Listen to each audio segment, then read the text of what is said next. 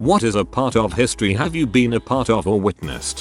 When I was 5, my parents took me to Cape Canaveral since it was only a 30-minute drive to watch the space shuttle lift off. It was my first one I had ever seen. It was Challenger. Dude. Internet hug. Oklahoma City bombing. On the scene 3 hours after explosion. I was a rescue worker for the Red Cross working there for 4 days. I helped with the bodies, morgue, food, water, debris and pretty much everything else. I had a B permit, I think it was called. It was access to ground zero. It was horrific. It's all I know how to say. For 5-6 blocks in every direction. Not a single building had windows. I saw cars that were blown into a wall adjacent from the blast zone.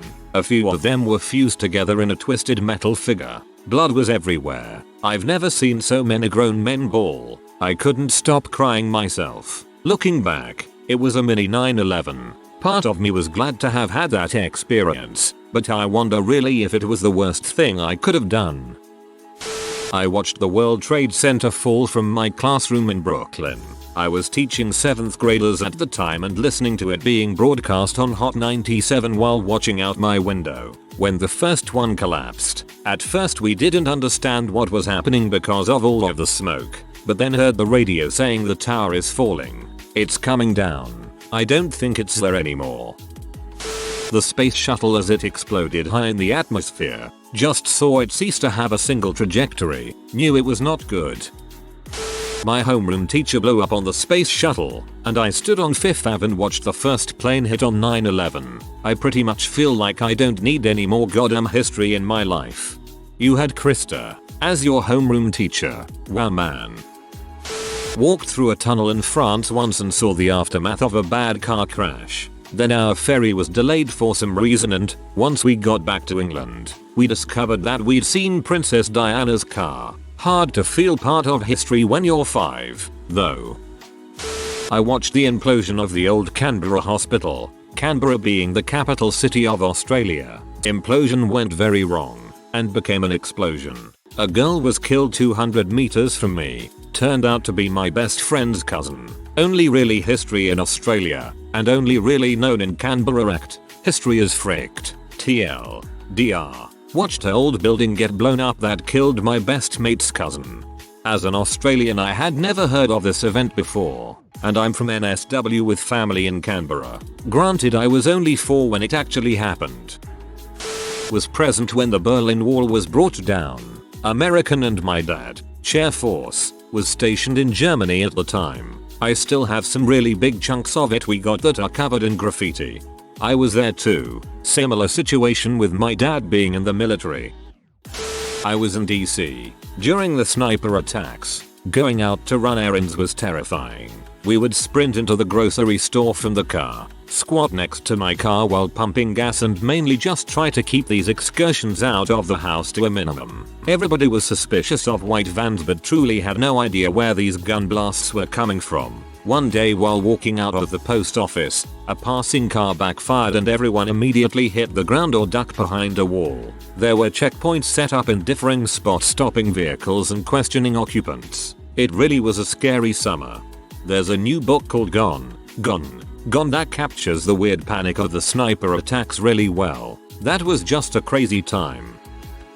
I remember my parents dragging my 7-year-old butt out of bed. It was 11 PM local time. To watch Neil Armstrong walk on the moon, on our black and white TV. Did not want. Heck, my parents did something similar when the Berlin Wall went down. I really didn't give any fricks at the time, but in hindsight I'm glad they did. Sometimes our parents actually are correct when they say you'll thank me later. Now shush. I witnessed the last log drive travel down the Ottawa River. I've watched and listened to Fidel Castro deliver a speech in Havana, Cuba, in person. Those are 2 things I clearly remember seeing. I'm sure there is more. I'll post more if I can remember. I saw the miracle of the Hudson. I saw it happening from the New Jersey side. I was looking at the river as the plane landed. Whoa, I would have flipped crap if I saw that. That pilot is amazing.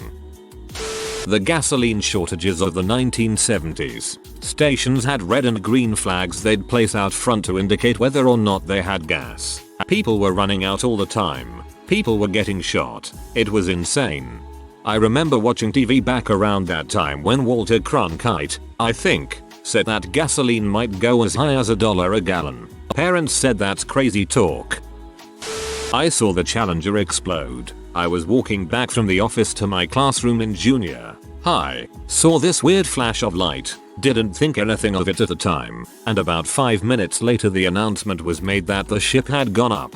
I don't think up was the direction it went. The last flight of the recently retired space shuttle went directly over the school where I teach. One of the few times I've outright stopped class. The kids crowded by the windows to watch. They were blown away. Truly once in a lifetime. It flew over my school too, but my teacher didn't tell us. I straight up missed it. A bunch of other classes saw it though. Columbine. I was 19, freshman in college. Happened to fly into Denver that morning. I had a few hours to kill, so I drove around the city surrounding area and pulled into the area just as there was a bunch of commotion starting. So I stopped and pulled over, stood behind the police tape. At one point I actually heard one of the students that got out talking on a cell phone to some news show. Heard him say they were referred to as the homosexual trenchcoat mafia. Of course they dropped the homosexual part in subsequent reports. Few hours to kill.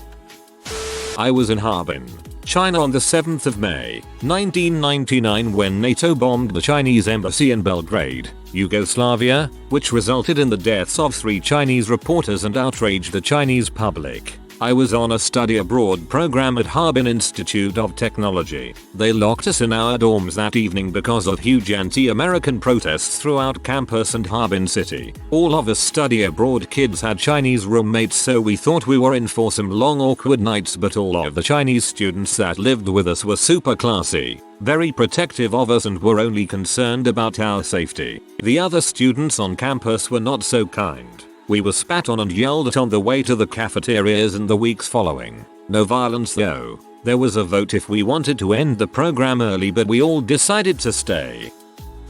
I watched Bud Dwyer shoot himself on television the day it happened. I thought it was live, but doing a little research on it leads me to believe I just happened to catch one of the stories that day that didn't edit the footage. I was 5 or 6 at the time and my mother was watching the news conference he had called. She was glued to the TV when he pulled out the gun, but she was trying unsuccessfully to keep me from watching as well. I didn't know what was going on. I just knew that my mother was all worked up and didn't want me to see the TV, so I wanted to see the TV.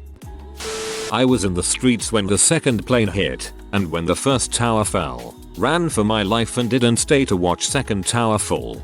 Like I said in a comment above, my favorite pair of sneakers got covered in ground zero dust. I never wore them again. I was a part of the Egyptian revolution last year. That was definitely a big event for me. Very bug.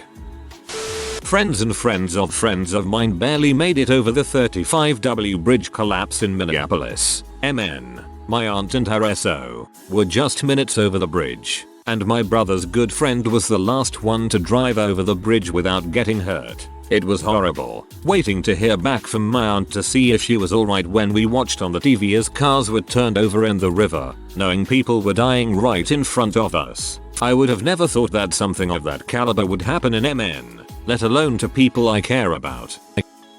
LA riots, 1992. Uncle's video store burned and gutted in Quarrytown. Everyone huddled around the radio, Korean station based in LA, trying to hear updates about their stores up north. Nothing is more horrible than hearing a bunch of first-generation immigrant adult men crying consolably on air after learning their store, their entire livelihood that they've worked so hard for, was looted and burned to the ground. The American dream died that week. Looters are buttholes. There is no excuse for such behavior. I lived in Iraq during the Iraq-Iran War and later the Gulf War. I witnessed the bombing of Mosul from about 4 miles away, atop the roofs of our ancestral village, where our family was taking refuge during the war. From the point of view of a 6-year-old child, the bombing, the anti-air gunfire streaking through the night sky and the bombing siren ringing in the distance seemed really beautiful. Whoa, thanks for posting this. I wish more people in these comments were able to convey their experience as well as you did. Will end up as a minor footnote in a subpar history book. But I went to Woodstock 99, saw some cars flipped, fires started, fences torn down, the beginning of the riots, and fleas wang. It was not a good time. That's not the Woodstock way. My flight from JFK to Shanghai last Friday was rerouted and grounded due to the Chinese Shenzhou 9 launch, which sent the first Chinese woman to space. It would have been just peachy if they hadn't landed our Airbus A340 in Bitty Regional Airport in the middle of bumfuck northeast China, which didn't have a vehicle capable of backing the plane out of its parking spot on the tarmac and onto the runway. We waited in the plane for 10 hours after a 12-hour flight while they flew in a new tow bar from another airport. I actually felt like a real butthole for complaining every time the co-pilot came on the intercom and thanked us for our patience during this glorious moment in history for the Chinese people. I was in downtown LA when the Rodney King verdict broke. A black friend of mine took me to his family's house where I could hang out. People were in and out the whole time, including a couple of members of the Crips gang. Somebody brought in a bunch of presumably stolen electronics and kitchen appliances. There were a few heated arguments about my presence there. They drove me out of there at 3 AM, hiding underneath covers in the backseat of their car. Pretty scary, but also fascinating. Blackout of 2003. Also, dawn of the internet. I was alive long enough before the mid-90s to get a taste of how things are. In the late 90s the internet culture was still mostly geek domain, something only dabbled in by average people. Between 2000 and 2010 it became a first world necessity. It's incredible now, and the continuingly encroaching impact revolution on our lives is amazing to watch. I like to reflect on this because we're stuck between ages of exploring the planet and exploring the cosmos. We missed the boat on exploring the world and we're too soon from spacer planes and starships and pew pew. So, our frontier is a virtual one. Our adventure is social and digital. That was such a great day, the blackout. All the kids went outside to play around and the sky looked gorgeous that night. Such a small event, but I'll remember it always. I partook in the consumption of the world's largest root beer float, an event put on by A&W Root Beer for what I believe was their 80th anniversary, in my hometown of Lodi. That crap was so cash. All I can think is backwash. 9/11. My mom was in the Pentagon when it was hit. She was supposed to brief General Maud. She was 10 minutes late for that briefing. Thank God, because the plane hit General Maud's office. He was a good man. I also had to go drive her car out of the lot once it was released to be picked up. She was tasked with trying to contact everyone in the office to find out who was alive or dead. Because that was her job, she had to tell a lot of wives their husbands wouldn't be coming home. 34 people in her office died. She had PTSD for a long time. Because I saw what terrorism did to her and her organization, that eventually factored heavily into my decision to become a US Army interrogator. I feel so sorry for your mother. I would hate to tell someone that someone important to them passed away. The first time an American president visited Denmark, I was there. I watched as the row of cars and ambulances and police bikes and whatnot drove through the part of the city I was in. I waved at the limo S, and just as the second limo passed me, I saw Clinton move forwards and wave back to me. I was the only one standing right there. Not sure if it counts. Oh, an American president. That makes more sense. I watched Space Shuttle Columbia burn up over where I lived during re-entry. Well, not actually watched it happen live. We saw the footage as it was happening over our heads. Later in the evening we found bits of metal and debris in the woods behind my friend's subdivision, and we went back home to tell his mom, who called the cops. Wish I had saved even a small chunk, but we were too afraid of space disease. We were in 8th grade and just finished reading Andromeda's Strain. But still, it was crazy cool when they showed up to clean it up. I went to the White House the night that Osama bin Laden was killed. It was wild, like a combination of the 4th of July and your team winning the Super Bowl.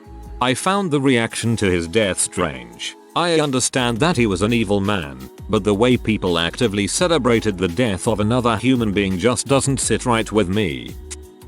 I was at the Del Taco across the street from the hospital where Octomom gave birth. Didn't know what happened until after, but there were reporters everywhere.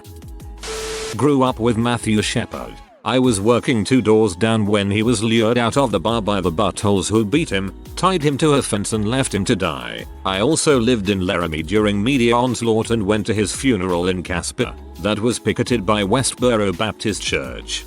Oh god, I remember this case. That poor kid. Frick the WBC. I saw the second plane hit the WTC from my building's roof just across the river, and saw the buildings fall from there as well. It happened to be just 1 month after I was laid off a job on the 63rd floor of the South Tower. Till.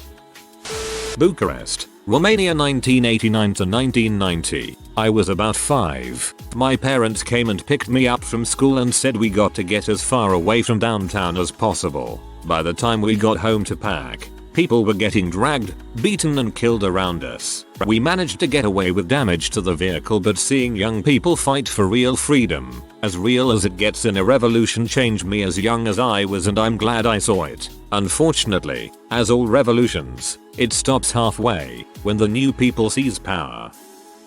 I've only seen the sky turn blood red twice in my life. Once was when I was 14 and there was a solar eclipse. The other was the explosion of the government armory, which contained bombs, in Lagos, Nigeria around 2001. I thought I was going to die that day. So much panic and screaming and tremors every time another one went off. And the fire. That was the worst part. Many people who lived close to the site died that day because they ran in panic and drowned in a nearby river. Others just got in car accidents trying to escape. Nobody knew what was happening. In the end, about 2,000 people died. The 3 hurricanes that hit Florida in 2004. Charlie removed my roof after it dropped a tornado on our house. Also took out all 7 of our trees. Not a fun evening. Francis and Jan did less damage, just left us without power for a couple of weeks. However, Francis did a bunch of damage to my uncle's house, so in the middle of the storm we had to drive over and rescue him and his dogs before they got drenched. Took him a year to repair everything. Interesting summer. I remember that summer very well. I was in St. Petersburg. We didn't get much damage, but the surf was amazing and the winds were gnarly. IDK of history, but I was at the X Games when Travis Pastrana did the double backflip and basically halted motocross trick progression. As a kid, my first basketball game that I was taken to, it was an exhibition game featuring Air Jordan himself during the time that he was playing baseball. This was the off season before he came back. It was also the last game in the old Bulls arena. Jordan not only tore it up but went out at the end of the game and kissed the half-court logo. It was a cool moment for me to see that much greatness and is probably what made me a basketball fan for life. 2010 state of emergency in Kingston, Jamaica. Dudes cokes gunman at war with the police force. The official death toll is listed in the high 70s, but it's well known in Kingston that the death toll was much higher but was suppressed by Kingston police.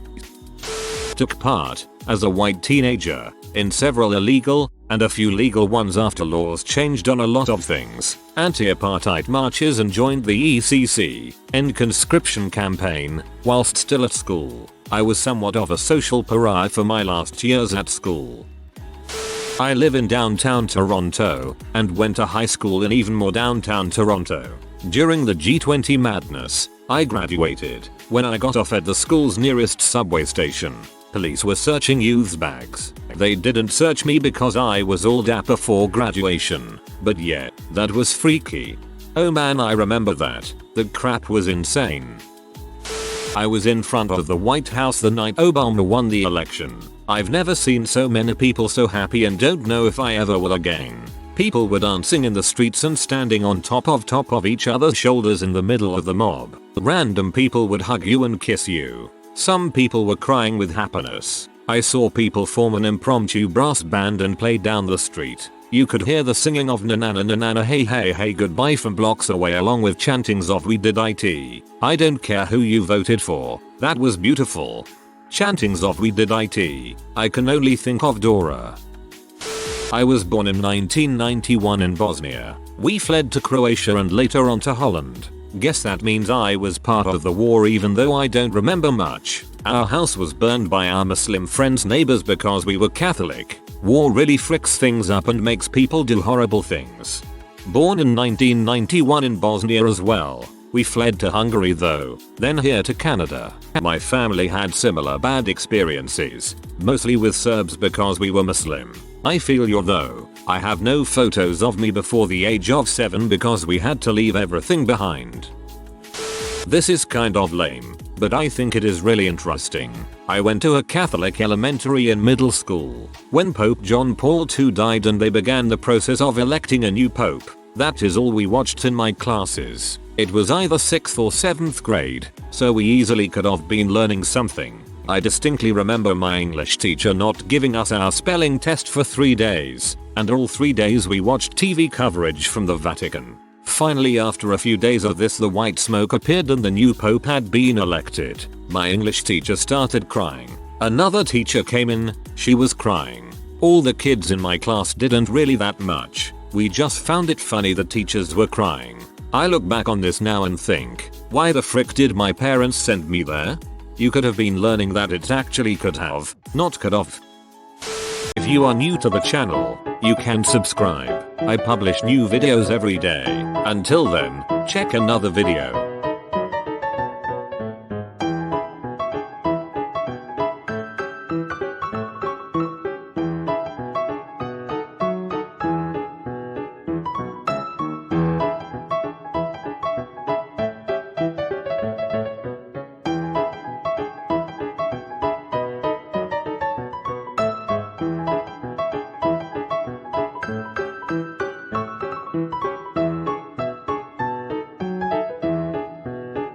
Bye for now.